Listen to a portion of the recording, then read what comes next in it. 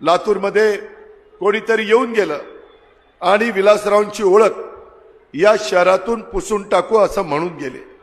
परंतु मी आपल्याला सांगतो, मी त्यांच्याबरोबर अनेक वर्ष सरकारमध्ये काम केलं। काँग्रेस आणि राष्ट्रवादीचं एकत्र सरकार होतं। एक वेळेला तर राष्ट्रवादीचे आमदार जास्त निवडून आले तो 2004 ला। तरी देखील नेते आदरणीय पवार साहेबांनी निर्णय घेतला की आपण मुख्यमंत्री पद न घेता आपण काँग्रेसला देऊ। हा राष्ट्रवादीने मनाचा मोठेपणा दाखवला। तेव्हाही विलासराव मुख्यमंत्री झाले आणि त्यांचा स्वभाव मला माहिती आहे, त्यांचं काम मला माहिती आहे। देशमुख साहेबांचं महाराष्ट्रासाठीचं योगदान आपल्याला विसरता येणार नाही आणि त्याच्यामुळे कुणी असं पुसून टाकू शकत नाही।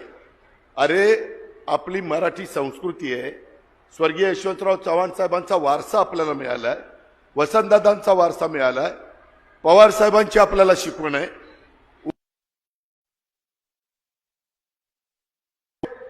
आदराने बोला ना, बोलायला तुम्हाला काय पैसे पडतात? इथं यायचं, त्यांच्याच भागातल्या सुपुत्राच्या बद्दल अशा प्रकारचं वक्तव्य करायचं, हा महाराष्ट्र कदापि पण सहन करणार नाही। आपण सर्वांचा आदर करतो, वडीलधाऱ्यांचा आदर करतो। त्यांचा काळ होता, तो काळ आपण बघितला। आता वेगळा काळ आहे।